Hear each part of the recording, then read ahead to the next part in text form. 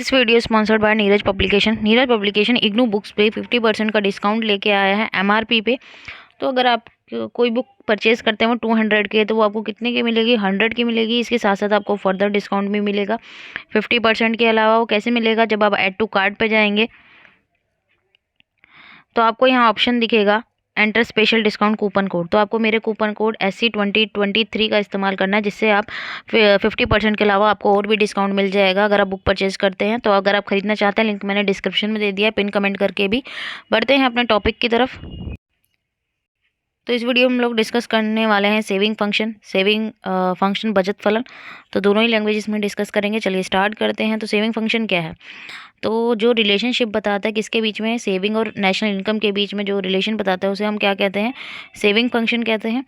तो इसको ये शो करता है saving of house hold during given period of time. ठीक है, एक पर्टिकुलर जो हमारे पास एक टाइम है, ठीक है, पर्टिकुलर एक टाइम पे जो हाउस होल्ड की सेविंग है at given level of income, जहाँ पे उनकी इनकम लेवल जो है गिवन है कि अगर उसकी इतनी इनकम है तो वो कितना सेव कर रहा है। ठीक है, कोई भी परिवार है तो वो उसकी जो सेविंग है किसी पर्टिकुलर इनकम पे कितनी है। तो अगर हम अल्टरनेट बोले इस टर्म को, सेविंग फंक्शन हमें शो करता है different saving at different income levels in economy. तो सेविंग फंक्शन को हम प्रोपेंसिटी टू सेव के नाम से भी जानते हैं, जिसे हम एस से रिप्रेजेंट करते हैं।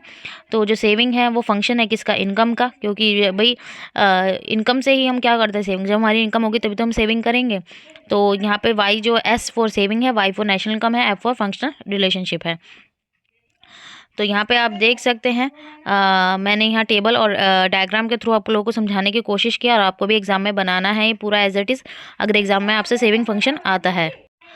तो आप यहाँ देख सकते हैं इस तरफ इनकम है, जब आपकी इनकम ज़ीरो होगी, ठीक है, तो जब आपकी इनकम ज़ीरो है जिसका मतलब सेविंग क्या है? नेगेटिव। लेकिन हमारी कंजम्पशन पॉजिटिव रहेगी, क्योंकि चाहे हमारी इनकम ज़ीरो हो, ठीक है, या कितनी भी हो, हम कंजम्पशन तो करेंगे, खाएंगे तो है ही, पेट तो भरेंगे ही, तो हम उधार लेके उसको पूरा करेंगे बोरो करके। तो इसलिए कंजम्पशन कभी भी ज़ीरो नहीं हो सकती है।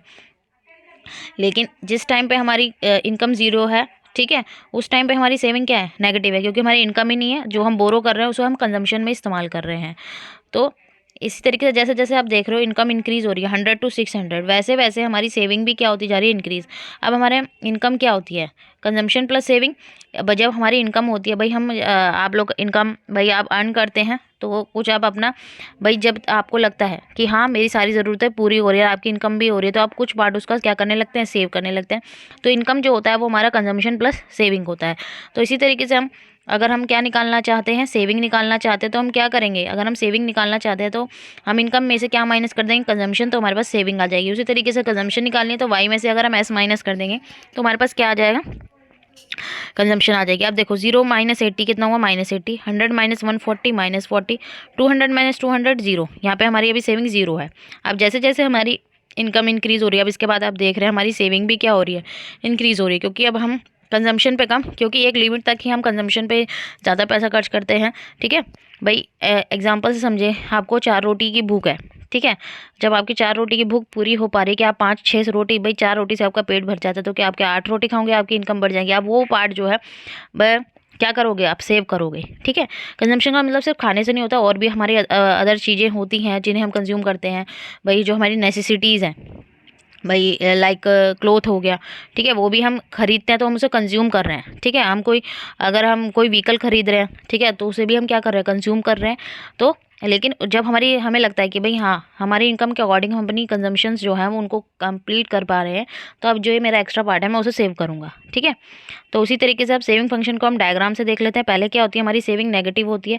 तो आप देख रहे हो भाई ये पोर्शन हमारा पॉजिटिव होता है वाई एक्सिस का, ये वाला जीरो के जो डाउनवर्ड होता है वो क्या होता है?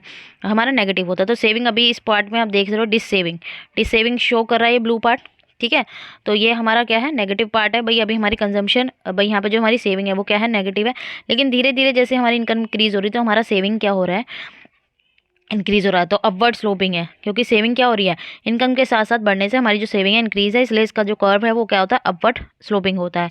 और जहाँ पे सेविंग क्या हो जाती है? हमारी जीरो हो जाती है। भाई हमारी जितनी भी इनकम है हम कंजम्पशन पे पूरी खर्च कर रहे हैं, सेविंग जीरो है, वो हमारा कौन सा पॉइंट होता है? Break even point. क्योंकि इस पॉइंट के बाद जो हमारी सेविंग है वो क्या होने लगती है? इंक्रीज होने लगती है।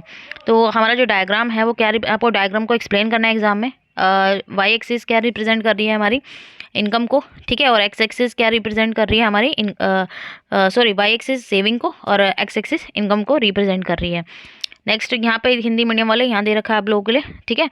पहला पॉइंट हम देखते हैं, स्टार्टिंग पॉइंट जो है भाई हमारा नोट फ्रॉम जीरो। भाई हमारा स्टार्टिंग पॉइंट जीरो से नहीं है, क्योंकि हमारी सेविंग नेगेटिव भी है, इसलिए सेविंग जो है वो कहाँ से स्टार्ट हो रही है, नेगेटिव जो एक्सिस नेगेटिव जो वाई एक्सिस है वहाँ से।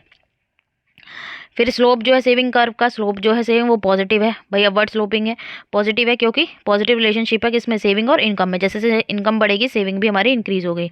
नेक्स्ट है एस जीरो, जहाँ पे हमारी सेविंग जीरो है, ब्रेक इवन पॉइंट, क्योंकि इस पॉइंट के बाद जो है हमारी कंजम्पशन जो है, ठीक है, इक्वल हो गई है इनकम पे। इस पॉइंट पे जहाँ पे सेविंग जीरो है वहाँ कंजम्पशन है इक्वल इनकम के, और लेकिन इसके बाद हमारी धीरे धीरे जो सेविंग है वो क्या हो रही है, इनकम। तो ये हमारा ब्रेक इवन पॉइंट कहलाता है, हिंदी में हम इसे बोलते हैं ब्रेक इवन पॉइंट ही है, ठीक है। फिर आता है हमारी पॉजिटिव सेविंग, और आफ्टर ब्रेक इवन पॉइंट हमारी जो सेविंग है वो पॉजिटिव हो गई है। तो ये हिंदी मीडियम वाले स्टूडेंट देख सकते हैं, ठीक है।